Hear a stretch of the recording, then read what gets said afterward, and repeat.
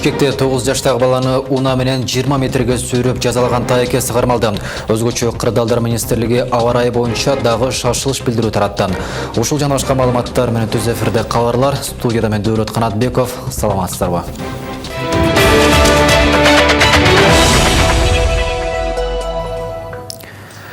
Бишкекте 9 жаштагы жээнин жип менен байлап, баянбы унасы менен 20 метрге чейин сүйрөгөн жаран кармалды. Бул тууралуу Кактус медиа жазды. Маалыматка ылайык 27 апрелде Алтын Казык конушунда кичинекей баланы уруп жатат деген маалымат келип, милиция кызматкерлеринен келип түшкөн. Ички иштер бөлүмү билдиргендей, 2010-жылы туулган баланы 1986 жылы туулган таекеси акча урдоого айыптап, тарбиялоо максатында ушундай кадамга барган. Бала ошол замат ооруканага жеткирилип, учурда дарыгерлердин көзөмөлүндө. Таекесине кылмыш иши козголуп камакта. Баланын апасы Россияда мигрант экени маалыматта айтылат. Чүй облусунун Сокулук районунда дүкөнгө уурулукка кирген 2 өспүрүм кылтак айланды. Бул тууралуу облустук ички иштер башкармалыгы маалыматты таратты. Окуя Новопавловка айылында болгон 19 апрель күнү Сокулук районундагы аймактык милиция кызматкери тарабынан азык-түлүк дүкөнүнүн бирине уурулукка кирген өспүрүм кармалган. Кармалган өспүрүм дүкөндүн терезесине тыгылып чыга албай калган. Аталган факт сотко чейин көндүрүшкө алынып, иликтөө иштеринин жүрүшүндө шектүүлөрдүн өздүгү аныкталды. Алар 16 жаштагы жана 15 жаштагы өспүрүм балдар экени белгилүү болду. Учурда милиция тарабынан кармалгандардын дагы башка ушул сыяктуу кылмыштарга тиешеси бар же жок экендиги териштирилип жатат. Өзгөчө Кырдаалдар министрлиги шашылыш билдирүү таратты. 30 апрелден 2-3 май күндөрү Кыргызстандын аймагында туруксуз аба ырайы сакталып, катуу жаан-жашы күтүлөт. Бийик тоолуу райондордо кар жаашы мүмкүн. Тоо этектеринде жаан-чачын катуу жаашы күтүлөт. Батыштан соккон шамалдын ылдамдыгы секундасына 4-9 метрден, кээ бир райондордо шамалдын ылдамдыгы секундасына 15-20 метрге жетиши күтүлөт.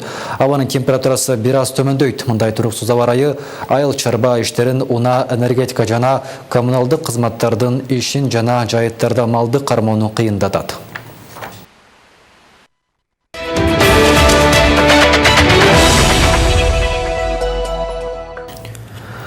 Ош шаарындагы экологияны бузган 267 чарбалык субъектилер бар экендиги аныкталды. Алардын көпчүлүгү көмүр пайдаланышат.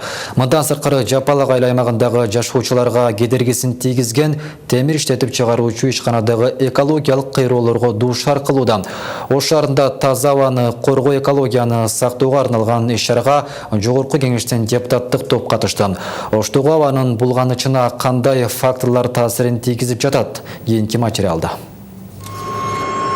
Бул цехта күнү түн жумуш тынчыбайт. Жарандарга жумуш орду түзүлгөнү менен мындан чыккан уулуу заттар биринчи жыл эмес 3 жылдан бери жашоочуларга залакасын тийгизип келет.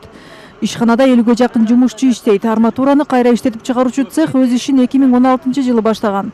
Темир тезектерди кайра иштеп чыгаруучу бул ишканага жакын Жапалак айыл өкмөтүнө караштуу 5 айыл жайгашкан.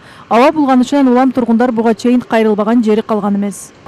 Бизге сөз беришкен, нуурусун көтөрөбүз, фильтр коебуз депчи. Көрсөңөр, мына өзүңөр көрүп турасыңар, түтүнү нуурусунан чыкпастан эле башка жагына чыгып атат. 200 литрдик бочкадан эле улап коюп коюшуптур. Показухагачы. Уже бизге биринчи ачылганда эле дарактарыбыз курай баштаган да. Мына каналдын үстүнө жаап бүт айыл эл жашайт. Анан кийин келгенибизде болуптур. Фильтр койдурабыз деп, неме 3-4 күн жаап, ошондон бери фильтр коюшпайт. Жана көрдүңөркө акыбалына. Ошол акыбалды иштетет. Анан багы жердеги бөлүнгөн суулар, отход суулар каналга түшөт. Труба менен каналдын эң тагынан чыгарып. 2018-жылы бир айга токтогон ишкана кайрадан ишин уланткан. Буга чейин ишканага жакын жайгашкан жерде акырчы кир төгүүчү полигон да бар болгон. Бирок санитардык коргонуу зонасын эсепке албай, ал жерге Жапалак айыл өкмөтү чек алып үй куруулар башталган деп белгилешет адистер. Бүгүнкү күндө толук кандуу ал жердеги Жапалактагы арматура чыгаруучу цехи толук кандуу иштеп атат. Себеби биз жакында эле ушул бир арыздын Ош шаардык прокуратурасынын эмесинин негизинде, каттын негизинде текшерип предписание бердик. Бирок биз текшерген убакта ошол баягы атмосфералык абага чыгаруучу зыяндуу заттарды кармап калуучу фильтрлер орнотулуптур. Ошто бүгүнкү экологиялык абал, абанын булганысы тууралуу жыйын өттү. Ага демилгелүү топтор, жогорку кеңештин депутаттары, экологдор катышышты.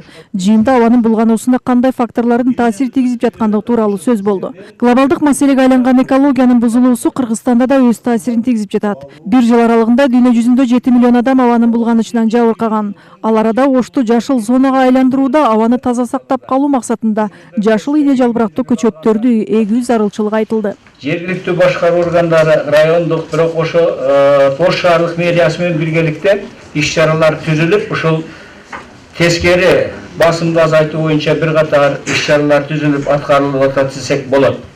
Ош шаарындагы абаны булгоодо негизги фактор бул сырттан келген сапаты жана акчасы башка өлкөлөр үчүн арзанделген автоунаалардын Кыргызстанга киргизилгени. Ош шаарынын ичинде эле 100 000 автоунаа каттаса, башка шаар аймактардан кирген автоунаалардын саны 200 000ге чукул экени айтылып келет. Бирок алардын абага тийгизген терс таасири буга чейин көйгөйлүү маселе катары айтылган эмес.